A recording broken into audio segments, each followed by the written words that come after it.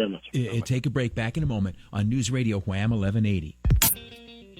The news is next. We will receive that by the kind graces and talents of the voice of the Finger Lakes, the great Joe Lasky. You and I'll visit more after that. We're going to talk to a man who has had a whole lot of harassment, and maybe this raise the age thing has been the reason. That's after the news on News Radio Wham 1180.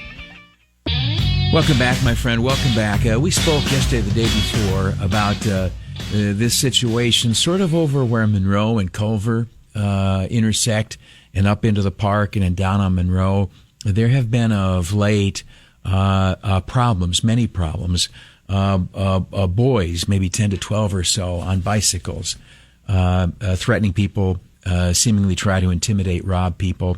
Gentleman knows about that is Daniel Jones, who joins us now. Sir, good morning and welcome to the broadcast. Hey, Bob, how are you today? Good, buddy. I am sorry that we're talking about this subject, and I'm sorry that you know so much about it. Whereabouts do you live, ballpark? What do you do in life? Who are you, please, sir? So my name is Daniel Jones. I live on Palisade Park in the Upper Monroe Ave area.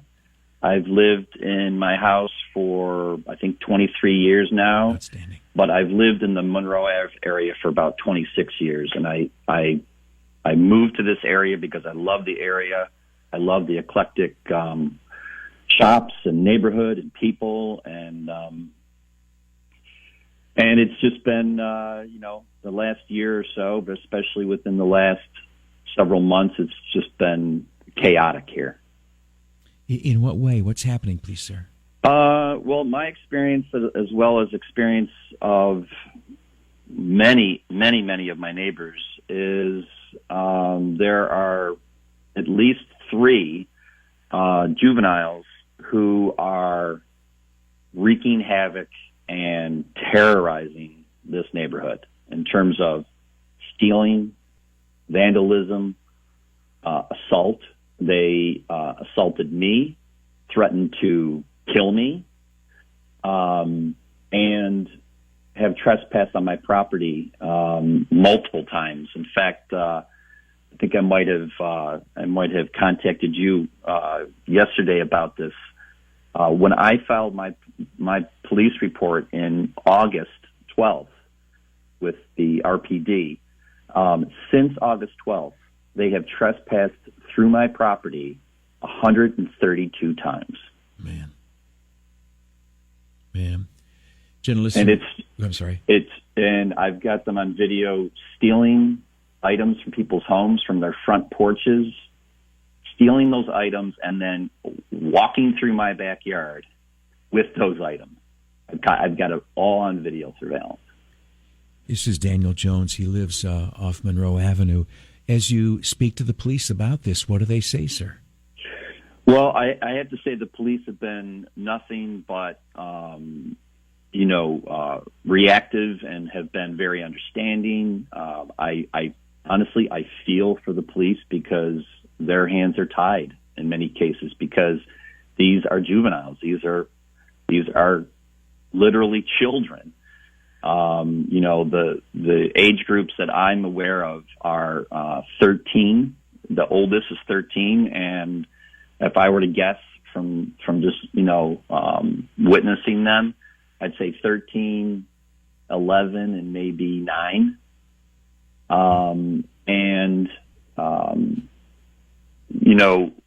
The police have been great. I've been in great contact with them. I keep in contact with them. They're frustrated. They're incredibly frustrated because they're juveniles. There's not much they can do. They have worked and partnered with some other organizations to go to the homes, or I should say go to the home of where these kids live, and have just met resistance. And it seems like there's nothing they can do.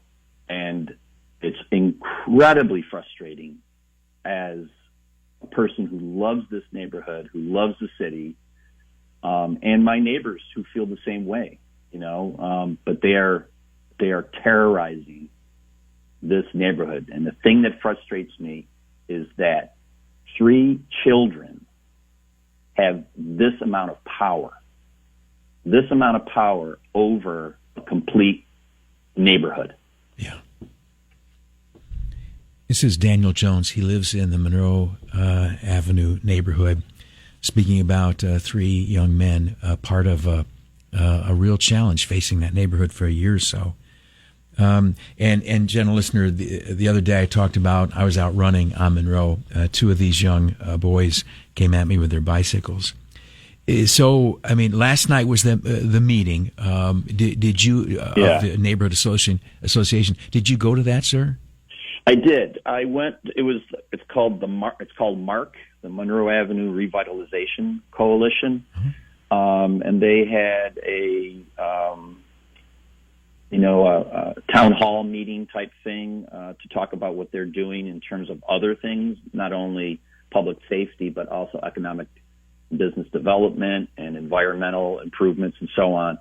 And there were it was standing room only, and I would say there were probably at least 80 people there, residents, along with some city officials, a police officer, I forgot his name, but a higher up police officer.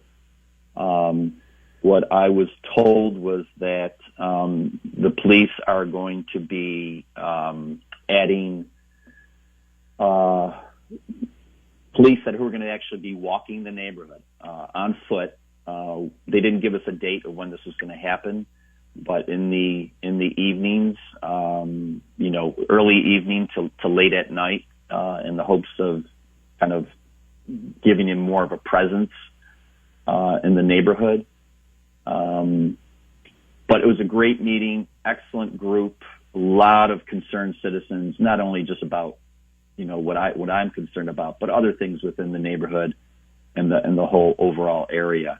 But I have met, because of this, I have met probably at least 10 neighbors who have all had a bad experience with these kids. Yeah. And those are people that I've met. And then other people who I've met on the Nextdoor app, who have chimed in, who have added on to this. The police know who these kids are. The neighborhood knows who these kids are. And I feel like it's going to get worse. Something bad is really going to happen before it gets taken care of. And that's what I'm afraid of. Someone's going to get hurt, either seriously hurt, either a neighbor or these kids. I feel bad for these kids. These kids have a horrible quality of life, and they are children, and it's very sad all the way around. Absolutely. This is Daniel Jones off Monroe Avenue. It is a sad and exasperating story, because currently, as you've laid it out, there's nothing that the law can do, and it will lead almost unavoidably to heartbreak for somebody. Yeah, it's headed to that path, and I feel frustrated, as well as the police feel frustrated, in the sense that we kind of all can kind of see that in front of us, but that's what's going to happen, and that's what it's going to unfortunately take for something to be done. Child Protective Services have been called in. There's been pressure. I believe there's been pressure put on the landlord to evict this. I won't even say it's a family. It's three kids, and I believe it's a guardian who's watching them. As far as I know, they do not have parents in the home. Yeah.